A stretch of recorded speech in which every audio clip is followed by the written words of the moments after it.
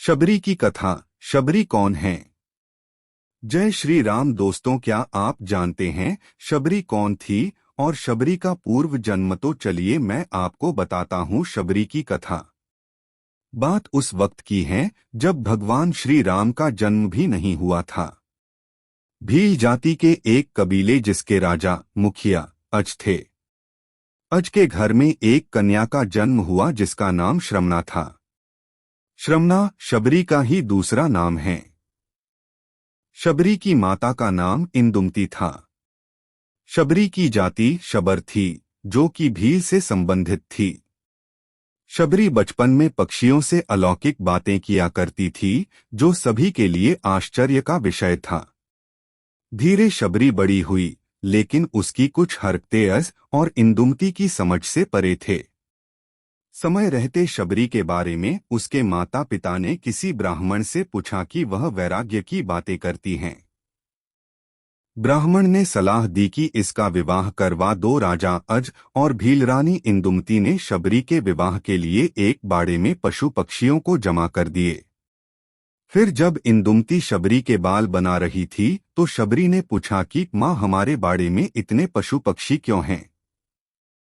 तब इंदुमती बताती हैं, ये तुम्हारे विवाह की दावत के लिए हैं। तुम्हारे विवाह के दिन इन पशु पक्षियों का विशाल भोज तैयार किया जाएगा।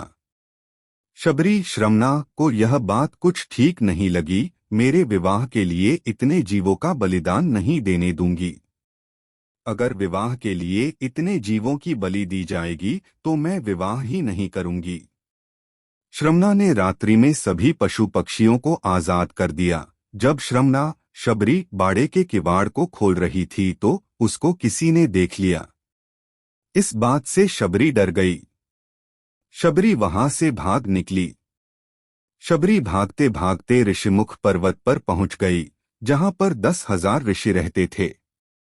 शबरी को इस बात का अनुमान नहीं था कि वह निचली जाति की हैं और ऋषि उनको अपने आश्रम में स्थान नहीं देंगे।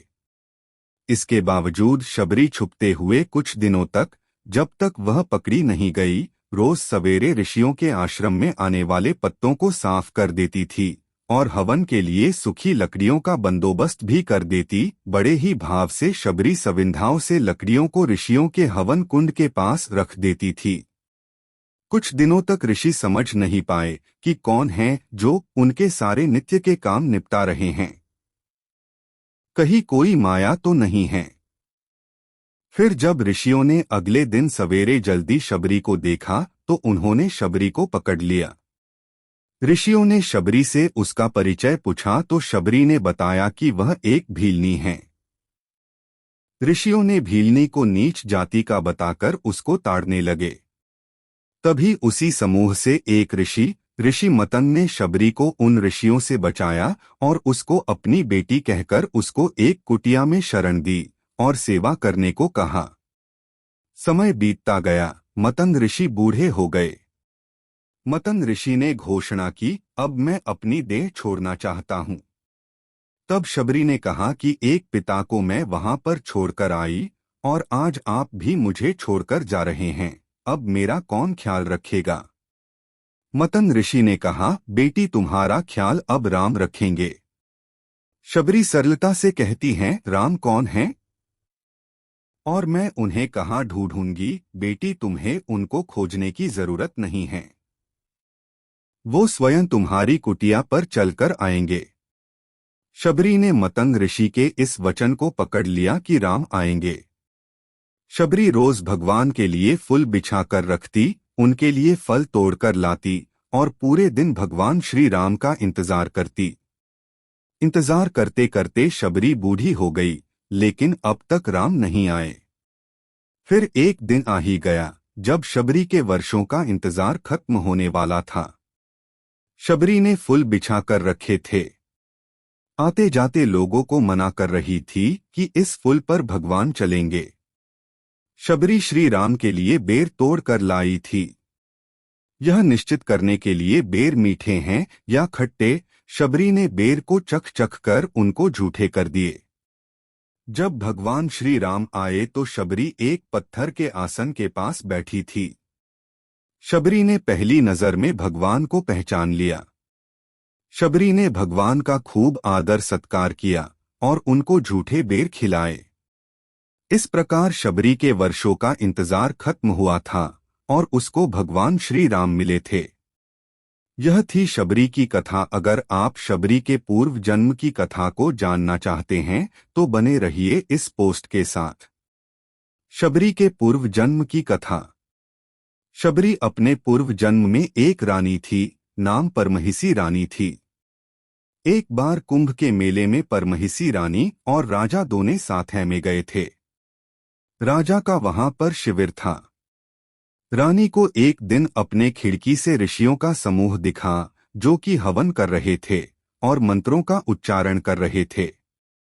रानी परमहिसी का मन भी उन ऋषियों के बीच में बैठने का कर रहा था। रानी ने राजा से आज्ञा मांगी, लेकिन राजा ने कहा कि आप रानी हैं, इस तरह आपको शोभा नहीं देता। आप उन ऋषियों के बीच में नहीं जा सकती हैं। परमहिसी रानी अपने कक्ष में जाकर रोने लगी।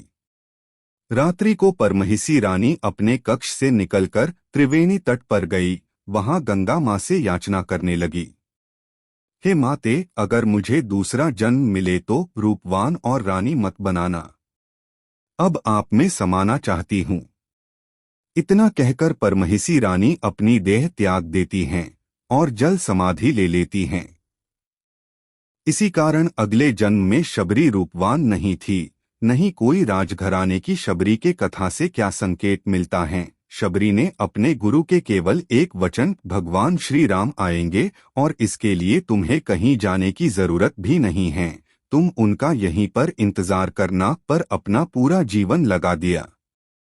जबकि किसी एक विचार पर टिके रहना हर किसी के वश की बात नहीं होती है। तो मेरे प्यारे मित्रों, आपको हमारी कहानी कैसी लगी जल्दी से कमेंट करके बताइए और साथ ही वीडियो को लाइक और चैनल को सब्सक्राइब नहीं किया तो कर ले और साथ ही बेल आइकन का बटन दबाना ना भूले। धन्यवाद।